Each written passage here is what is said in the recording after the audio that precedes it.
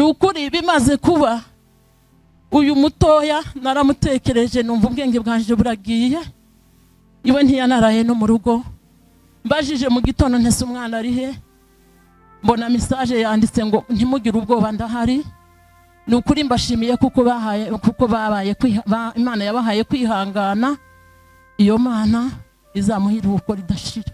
Wanagiye musanga hirya y'uburiri nanjye ndaza ndamwegera turaganira biraho ngaho munyuma yaho yaje kunshika yikubita hasi ndi kuri chat yabindi byo byiki no gupinga mba ndamubwiye ati nago waba uvuye kuzana ibinini aka mwanya ngo urembe kuri urwo rwego ku buryo wagwa gitanda kireshe kunguko reke guhaguruka umva umuntu naga nsubije nibwo mu nyuma yaho narebye mbona umuntu arimo arandeba gusa atahumbya yakurikiyeho n'ibyo ngibyo gusa nshimye Imana yuko ibyabaye byose ndibuka anganiriza ku butumwa bwiza byari ibintu nari nzi yuko sinanzi yuko nshuti ageze kuri urwo rwego ubwo yavaga ku ishuri ubwo yabimbwiye. Nshuti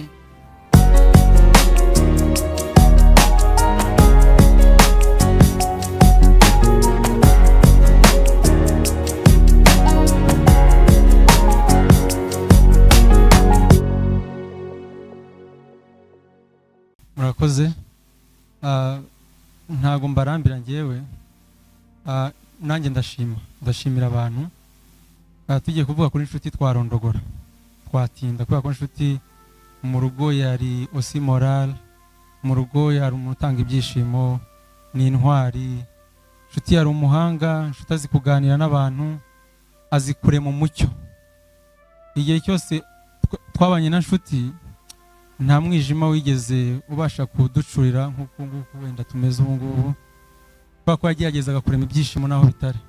Ngewe ndi imfura mu rugo nta munsi nigeze mbona inshuti message ye cyangwa se call yiwe cyangwa se amakuru mabi amuturutseho. Naye maze igihe kinini ntabana nabo nabasize ari batoya ariko cyankomeje uyu munsi wa none naho twari turi nimugoroba naje usanga inshuti yarabaye umugabo udasanzwe. Ngewe muzi ari muto yari umwana ukubagana cyane nkuko murumuna wanjye yabivuze mu ijoro ryakeye yavuze ati inshuti hari ikintu kigeze kuba kiradutangaza kiri umwana yakundaga ishuri yatangiye n'igihe kitaragera sinzi niba afite 2 years noneho ubwo inshuti ariga muri gardienne yanze agera mu wa 3 primaire atarafata ikaramu ngo yandike mu ikaye ariko akabifata mu mutwe byose bamuhindura iryo shuri bamujyana iyo hakurya nibwo atangiye kujya bamukubita ngo afate ikaramu yandike yari bright rwose. Ibyo turabishima Imana. Inshuti igihe cyose yabayeho Imana yamugize umugabo imugira umugabo mu rugo imugira umugabo muri society narabibonye. Ibyo twebwe tutamuziho hano hanze abo hanze barabitubwiye Imana ibishimirwa. Ikindi nabonye imbaga y'abantu buze aho hanze sinarinzi ko kubera umere kubera ukuntu abantu bavuye inahangaha sinarinzi ko bishoboka ko haboneka abantu bashobora kuza gushyingura. Gahunda y'Imana kunitangaje n'ukuntu inshuti yagiye kwitaba Imana agasubira aho yavukiye nta bantu bakihaba. Ibyo bintu rwose byankozeho. Bantu muhagaze bantu mwicaye n'abari hanze bose ndimo ndabona muhumure turakomeye. Ndabizi ko mwese kibateye ubwoba no kubase ura muryango wa muzehe none ni gute bimeze biti. Mbabwije ukuri kw'Imana iri mu ijuru dusenga turakomeye. Hanyuma ndashimira mama wacu wo muri Kenya yari afite imbogamizi nyinshi zatuma ataza. Turarwaje umubyeyi wacu hariya n'ibindi byinshi nashobora kuvugira ariko yahise ahaguruka baradutabaye dusa n'abakoze ikiriyo muri Kenya. Hari abantu benshi byageze no tujya mu rusengero n'ibintu ntexpectingaga rwose ariko byanyeretse ko Imana yakunze inshuti mukundisha n'abantu. Ibyo nbishima Imana. Twazanye n'umuryango wanjye ntago yabashije kuboneka hari aga crise yagize ntago ari around ariko arimo arashugurikirwa nta kibazo nawe araza kumera neza kuko yaje avuye mu bitaro. Yumvishe niwe wambwiye amakuru bwa mbere ambwira ko inshuti yitabye Imana. Inshuti ngiye twamo tuvugana uwo munsi kugeza nko mu saa 8:45 ubwo hari mu masaha ndi gusohoka ngiye ku muhanda mbona aramfashe wisohoka, mbona arimo ndavuga ni ibihe byabaye, ntambwa inshuti ya Mefariki, ndavuga ni no ntago bishoboka, numvaga nyine atari byo, ntese nipoera ndituriza. Hashize akanya ntangira kubona muzehe abaraje, mama araza, ntangira kubona papa nyina w'umuntu abamwibuka Mangobo abaraje n'abana be bose, ndabana ibyantu bigiye kuba serious. Noneho birakomeza abantu barisuka since Friday till now sijalala kabisa, sindigera ngoyeka gutya, sindasinzira. Nani ari gusanga ko inshuti yari afite imbaraga kabisa muri twebwe, ariko nshima Imana yaturongoye turaza. Hari impamvu nyinshi gutuma tudaseruka ahangaha, ariko Imana yo kabaho yaducira inzira turaza uyu munsi duhagaze ahangaha. Nabonye abantu benshi, nabonye urungano rwanjye, ndabizi mwese ko mutakibina ahangaha. Ni korari ishimwe, iyi version nabonye ari version ndibaza ko ari nk'iya kane, simbizi niba ari byo. Nizo twayitangiye n'amahinga umwe bitaha Imana. Yes, nagiye mbona abana ntazi bakiri bato, nabona siza ari ububebe, nishimye kubabona. Mwakoze kudukomeza. Nasanze ko iyo umuntu abonye abantu arakomera, nkuko babivuze, abantu nibwo butunzi.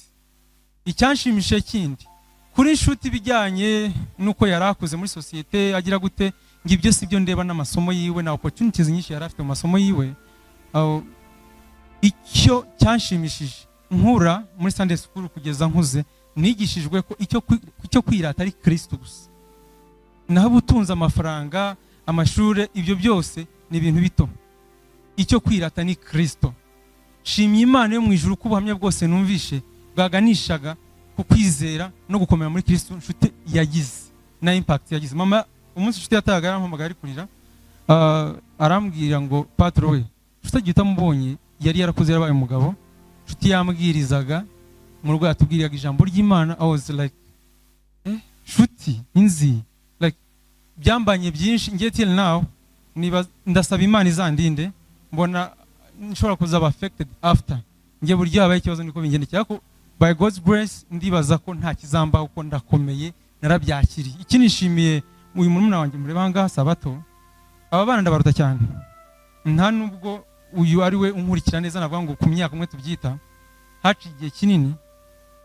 Mama yihangane, mama yisuye mwana mbere urapfushije, wenda abantu ntibabizi, ni wa kabiri, ariko uwo twari ndahekana ntago abangabo bamuzi, yitwaga Nshimiye, nawe ari umusore mwiza cyane Imana yaramuhaye. Ari agakobwa mfite no kwenda batabashe kugira buryo nkabonye nibuka Nshimiye ngewe, kuko nza amapica yiwe. Ukomere turahari. Ikindi nsoza, papa ntagire ikibazo, turahari. Nabyaye umwana w'umusore, inshuti aragiye ariko Imana yadaye musimbura. Wari ufite abasore 6, inshuti yagarutse, Braille narahari Rudatinya, and Imana yadushumbishije. Mama yavuze ngo ntiyabyaye umukobwa, ariko right now bafite abakobwa 2.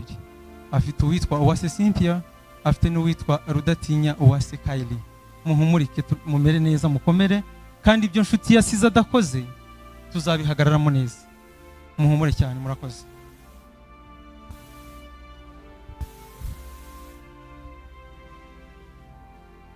Mwiriwe.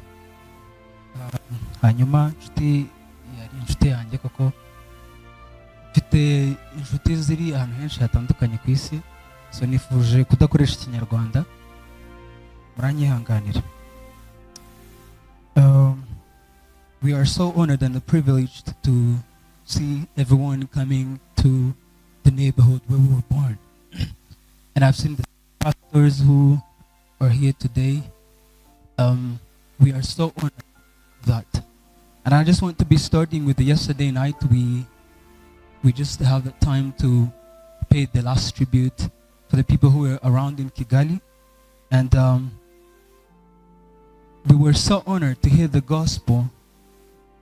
What the message that was very heavily to the heart of this young man. As my brother says, we were born as 6 boys, and we've been treating our mom as our sister, and then we've got Cynthia and Kyla. Since then, there was so much joy in our family. Regarding the smartness of Truti, my brother, I don't want to mention what he already said. he knew how to read before he even started school. The second one, and I remember, and I saw one of his teacher who had become a pastor. He's called Muhire, and I just want to tell this joke in Kinyarwanda. Hari umunsi yarari hano ku ishuri, hano harakira amashuri ya La Fraternité, noneho Muhire ari kubigisha, maybe namubonye mpita mbyibuka, ashobora kuba atabyibuka. Arababwira ngo muri please ngo habamo tirifaze na netre. Yari umuntu ugira amatsiko ku buryo ubwo iyo wamubwiraga ikintu ubwo waba gukimuguye kugeza abonye ko iki kintu gishobora kuba gikora. Ndabyibuka yaratashye mu rugo, twari dufite umukuze yigaga electricité, noneho afata turagenda aragenda atashye mu rugo, yarazi ukuntu bafungura prise, ahuza mwarimu yari yababwiye ngo utwo dusinga iyo duhuye habaho ikintu bita sirikwi. Noneho sirikwi ntago yarazi ibyo ari byo, mind ye ntago yari ifite uburyo bwo gusupport icyo kintu. Araza rero ahuza nsinga, dutashye twese dusanga inzu yahiye, turi kurya. Papa aravuga ati uyu muntu abikoze niko twagatuza uwo ari we ko yagiraga amatsiko, ariko buri wese akirinda kuvuga uwo ari we. Ariko yari umuntu uvugisha ukuri, yaraturetse ako kanya, ariko ngira ngo hashize nk'iminsi nk'itatu aravuga ngo ni njyewe wari wabikoze. Baramubaze wari ugamije iki? Ngo yaragamije kureba ikintu bita seriki. So yari umuntu ufite amatsiko menshi cyane. The third, I've been into event management. Yesterday I was checking the badges. Nshuti yari smart cyane ku buryo ejo bundi bagraduatinga hari ibintu byinshi nashaka gukora, nshaka kujya kwiga hanze, noneho deadline ziramfata, nabivuzeho nijoro. Noneho rimwe hari event namuregistarinzemo, ndimo mwigisha ukuntu yarasanzwe uzi kuvugana n'abantu cyane, ariko nshaka ko bikora mu buryo buri professionnel. Noneho ndamubwira, ndamuregistaringa muri event, ajyayo ndamubwira ati unzane 5 business cards kandi unyereke ko abo bantu mwavuganye, ndebe koko ibintu nyine nakwigishije ko ari byo. Ndabyibuka nshuti yaragiye atashye mu rugo, ntangazwa narimo ndeba amabadge y'ahantu nagiye, none nsangamo badge yari yagiyemo icyo gihe ngo ari umumenta, niko yari yaregistarinze. Inshuro ya kabiri nza gusanga ni event yari yagiyemo, yari yaratangije aga company. Hari igihe namubwiraga ngo se kutanyetse itike, yangiza akambwira ngo yari afite amafaranga, ariko ntahita ambwira ahantu yayakuraga. Yari umuntu responsable cyane. Ndabyibuka ikintu cya mbere cyankoze ku mutima ni igihe twari twicaye mu rugo, ndamubaza ngo se when did you saved? Nawe se urakijijwe? Ndabyibuka yaramubwiye ngo yari ari mu cyumba, ahita aza arambwira ati reka nkubwire ukuntu nakijijwe. Kuva muri famiye yanjye, mu nkuru z'abavandimwe banjye zose zanshimishije muri buno buzima.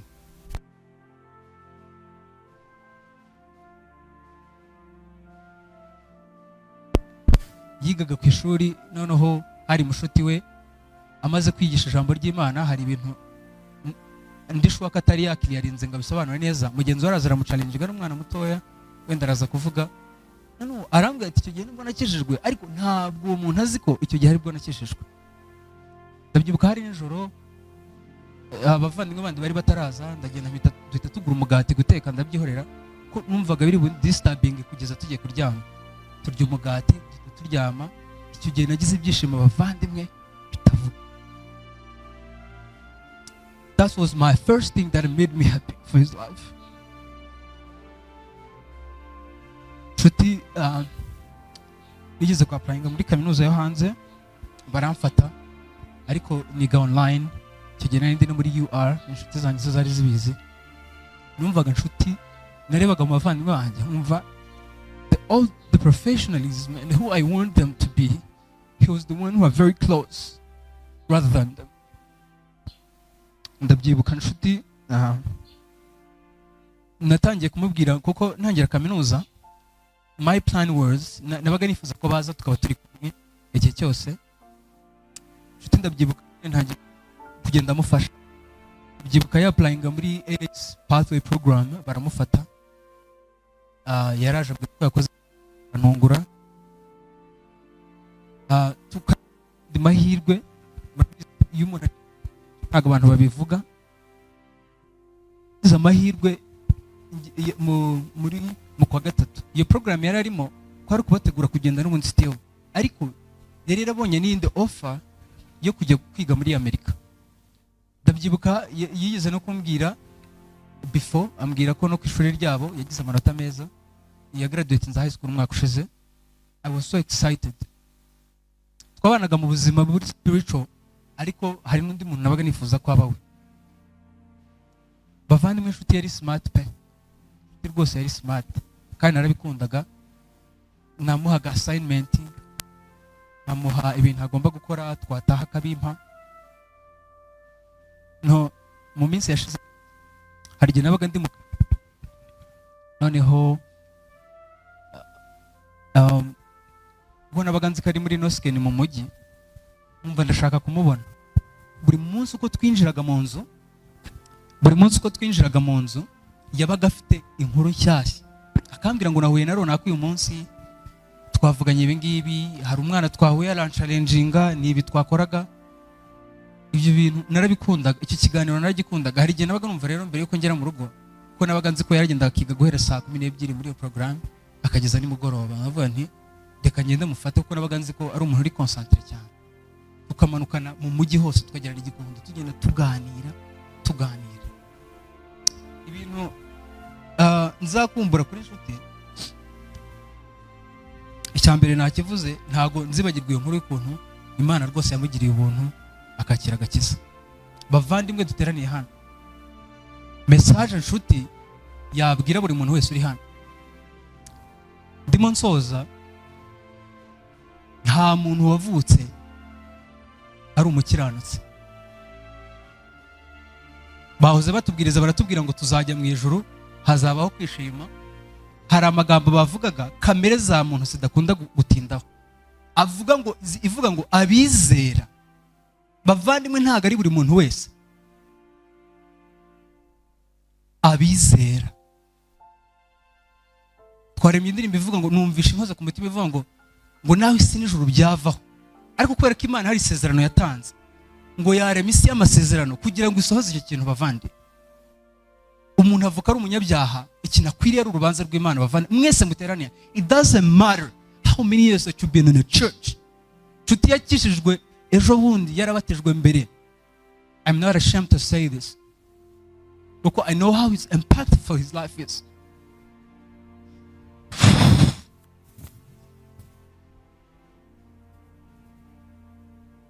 He was my biggest friend spiritually mu buzima bwose. Nshuti yaje yarakijijwe arahinduka. Hari igihe twataga twese turushye, ariko agakomeza akadutera courage. Hari ukuntu, hari igihe nigeze kubwira n'umuvandimwe ndavuga ngo dushaka umuntu azadutekere, kuko nabonaga ari ibintu biri possible, azajya dutekera atahe ni wenda nitubane. Aratubwira ati abantu b'abasore tungana gutya ntabwo bishoboka. Nene natangajwe n'ukuntu yakuze. Twe mu rugo ukuntu papa dukunda kumwita mukuru wacu, twe nta bintu, hari ahantu imico iba idafite ikintu nyine ikeneweho. Nshuti yari ameze nk'umuntu unkurikira direct, aba bandi bakamukurikiraho. Ikintu cya mbere, hari igihe yanyicazaga mu minsi yashize akambwira ngo reka tuganire kuri runaka, twamufasha iki, twabigenza gute. Hari ahantu twakundaga kujya kurya baga, kuko ntago, hari igihe akenshi, hari igihe iyo nabaga ndi muri circulation mu mujyi, nabaga nzi ko ari hari nkagura udusnacks nkamushyira, ntabwo se kujya utigeze umuhamagara, akangotera yahamagaye papa amuha amafaranga. Mu by'ukuri bavandimwe, niba rwose wicaye ahangaha utiteguye guhura n'Imana igihe cyari cyo cyose, Pawulo yanditse mu Baroma aravuga ngo twatsindishijwe n'ubuntu bwo kwizera, ngo ubu dufite amahoro ku Mana. Ni ukuvuga ngo wowe iyo wicaye n'Imana mukagenzura, ubona nta rubanza mufitanye. Kubera iki? Hariho umuntu watanze ubuzima bwe utarigeze kumenya icyaha Bibiliya ivuga, ari we Yesu Kristo umwana w'Imana. Tukiri abana, iyo umuntu yatinya, iyo yakoraga ikintu bagomba udashaka gutaha. None se bavandimwe, niba mu ijuru Bibiliya ivuga ngo iwacu niho mu ijuru, niho dutegereje ko umukiza azava. None se kubera icyo udashaka kujyayo? Ni uko ufitanye urubanza n'Imana. Ibi ndi kubabwira nibyo nshuti yakabaye ari kugira gute? Ndabizi 100%. He is so excited. Reka nsoze. Nshuti kuwa gatanu yarabyutse arambwira ngo ndashaka gutaha. Nabizara nta muntu kibayo, ntago tukihaba, uragiye kugira gute? Papa yatangiye retirement uyu mwaka, akunda ibintu by'ubuhinzi cyane, urumva niwe uba uri hano rimwe na rimwe. Noneho sinabyibazaho cyane, ndamubwira ati rero itegure, ba mama baje hano mu Kiriyo, uhita ntumuhamagare ngenda guha tike. Arampamagara amaze kwitegura, nari ndi mu kazi aragenda. Akimara kugenda yongeye kumuhamagara ambwira ati ntago ndi bukoresha imodoka ziri kugenda gahoro, ndashaka gutega moto. Yateze moto kuva avuye i Kigali kugera hano, ariko hari umuvandimwe waje mbere ari we Ndori, yari yaje mbere kuri Bonane. Twari dufite gahunda yo gusohokana nimugoroba nk'uko abandi bizihiza umunsi mukuru. Icyo gihe njyana na Louis nawe tujya muri Simba, turarya, tuva convention n'amaguru tuza tuganira, urumva twakoze plan y'umwaka, ibyo tugomba gukora, gahunda zihari. Noneho hakaba hari umuvandimwe we ntago twari turi kumwe, Frank niwe butoya. Noneho harangije ntago natekereza ko ari we, ahubwo agiye kureba finally kuko abandi bari baherukanye. Araza abasanga hariya. Mbere yaho wa kabiri mama yarampamagaye, inshuti yarampamagaye ngo numva atameze neza, ngarumva yagize umuriro.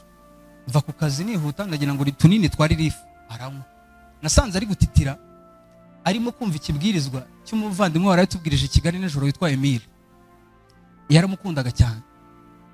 Ndamase ibi bintu, ikintu namubaje cyane, ndamase ibi bintu urimo urabyumva? Ndimo ndabyumva. Atari ko umuntu w'inshuti yanjye y'umuganga nahamagaye arambwira ngo nshaka ikintu mba numva gituma ntasinzira kugeza banzaniye imiti, kandi urabize ibindi wakumva atari ubutumwa bwiza n'igiki. Numva mba excited nk'umuvandimwe mu mutima, kuko naramubonaga nyine ko akora spiritually. Noneho hagati sawa komeza wumve banza umwikinini, mu minota 15 yarabaye muzima nk'uko wumva umeze uri muzima. Duhita tujya muri overnight tuvayo. Kwa gatanu rero ari maza, umuvandimwe yarahageze arasuhuza mu bucura wari uhari, yarambwiye ngo witegure untekere ndaje. Yaranariye, ariko nashize akanya yaraje akihagera acumeka mashini, yongera yumva ikibwirizwa cy'uriya muvandimwe, ngira ngo yabatumye na Bibiliya. Arahakomeza arisomera, ariko arakonje, agenda agira ibintu by'imbeho. Noneho harangije ahamagara mama ati mpuza n'umufarumasi ya hano ampa imiti. Arasohoka atega moto wenyine, aragenda azana imiti, agera mu rugo ntiyayinywa. Aba bakomeza kumushyiraho pressure ngo se kumbona Ndori yarinjira ngo se kutitira, ati ndumva ntameze neza, ati mu imiti. Arambwira ati sinywa, ati ndayinywa mu kanya. Aragenda abaryamye mu cyumba. Noneho uyu muvandimwe ashize akanya, ko ari hanze ari kureba ibyo abakozi barimo bakora, bari mu bintu by'isarura. Yumva nyine nawe agize akantu k'iseri, umva amaze umwanya ari kuzuba, aragenda, ariko ni nk'Imana yari bishaka ko asinzira bari kumwe. Aragenda bagiye kuburira igitaraganya, baba baganira. Noneho baraganira, ashiduka umuntu atakiri kumusubiza, akanuye gusa atamusubiza.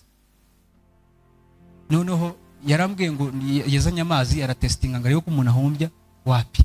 Akozaho yumva umutima uracyatera, ariko sinzi ntabwo ubwenge yabukuye cyane, nanjye kunumvisha ibyo ntabitekereza. Arangije arampamagara, ahamagaye mama akajya abona ibyo umwana wenda agize umuriro. Ngiye yarabimbwiye, akibimbwiye ukuntu ameze, naramaje se ngo ashoboye kuvuga. Nicyo kintu cyambabaje cyonyine, nashakaga kumva umwuka. Ahantu nari nicaye mu kazi, umwuka yarambwiye ngo bavandemo tutaragiye rwose, nahise numva nkomeye. Mpita nzinga imashini, ngenda nitunga ati turakomeza tuvugane, telefone ntuyikureho. Njye nari mbizi rwose ko byarangiye. Ndagenda abaganga nyine ari ukuntu bakomeza kugerageza, wenda bavuga ati badasanga umurwayi tutamwita, ariko inshuti yari yagiye mu by'ukuri bavandemo. Ndashima Imana ko yamugiriye ubuntu, akaba yicaranye na Aburahamu n'intwari zose zo kwizera. Ndabishimira Imana.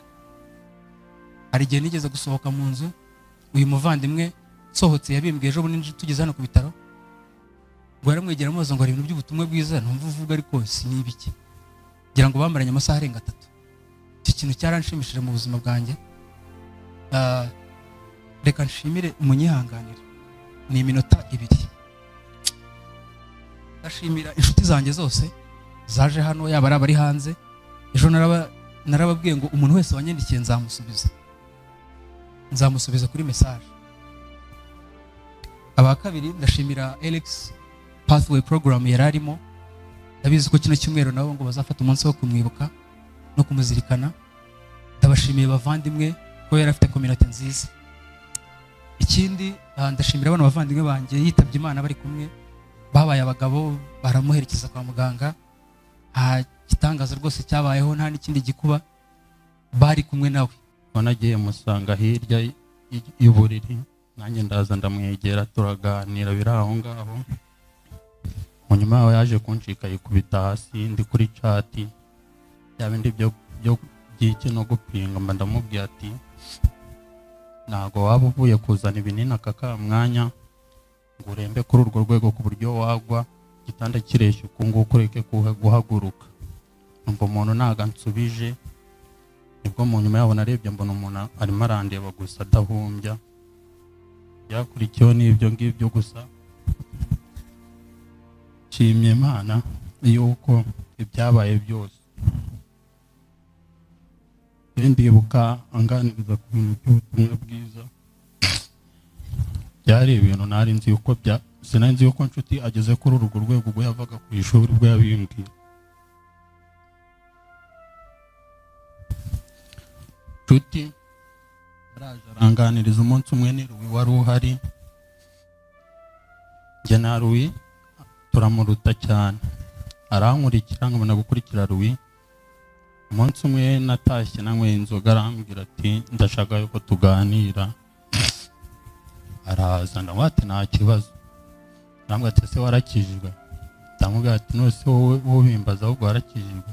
Arangije arambaza ati ese uba wumva nk'ubwo uramutse upfuye wajya? Ndamubwira ati ibyo bintu ntukajya ubinganiriza, nta gahunda ngirana n'urupfu. Arangije arambwira ati impamvu utinya gupfa ni uko utizeye.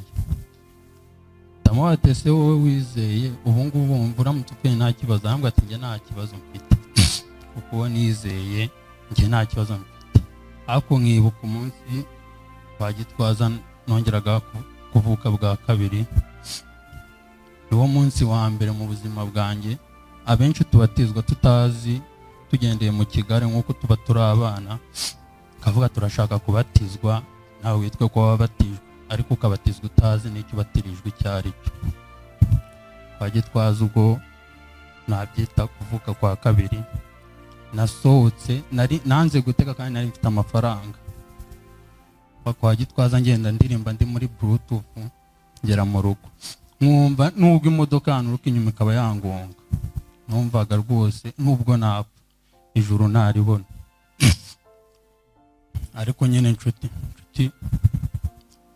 ubu ngubu twari dufite intego. Uyu nguyu Sato twari twaraganiriye.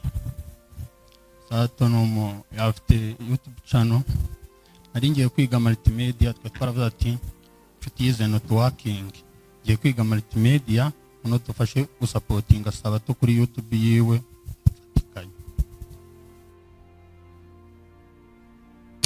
Ariko ukuntu ibintu bimeze, ndibuka ngewe uwo nguwo ukurikira uyu nguyu natwe ntabwo tumuzi, kuko nari mfite intego ivuga ngo nanjye nkeneye gukizwa. Uwo tutabonye tuzahurira mu bundi buzima. Ntabwo twasoza iyi nkuru tutababwiye amagambo agera ku 10 twagenewe umuryango we cyangwa se inshuti n'abavandimwe ba Nshuti Daniel. Iyobu ibice 5 umurongo wa 11, nishyira hejuru aboroheje n'ababoroga ibashyira mu mahoro. Zaburi 27 igwera ku murongo wa 13 kugera ku wa 14, mba nararabye iyo ntizera ko nzarebera kugira neza k'Uwiteka. Mu isi y'ababaho tegereza Uwiteka, komera umutima wawe uhumure ujye utegereza Uwiteka. Yesaya 41 umurongo wa 10, ntutinye kuko ndi kumwe nawe, ntukihebe kuko ndi Imana yawe. Nzajya nkukomeza ni koko nzajya nkutabara, kandi nzajya nkuramiza ukuboko kw'iburyo ariko gukiranuka kwanjye. Yohana ibice 16 umurongo wa 33. Ibyo mbibabwiye kugira ngo mugire amahoro muri nge. Mu isi mugira umubabaro, ariko nimuhumure nanesheje isi. Abaroma ibice 8 umurongo wa 37 kugera kwa 39. Oya, ahubwo muri byose turushishwaho kunesha n'uwadukunze, kuko menye neza yuko naho rwaba urupfu cyangwa ubugingo cyangwa abamarayika cyangwa abategeka cyangwa ibiriho cyangwa ibizaza cyangwa afite ubushobozi cyangwa uburebure bw'igihagararo, kitazabasha kudutandukanya n'urukundo rw'Imana ruri muri Yesu Kristo umwami wacu. Abari mu bice 15 umurongo wa 13, hashimwe Imana y'umwami wacu Yesu Kristo ariyo na se, ari nayo data wa twese w'imbabazi n'Imana nyirihumure ryose, iduhumuriza mu makuba yacu yose kugira ngo natwe tubone uko duhumuriza abari mu makuba yose, tubahumurisha ihumure twahawe n'Imana.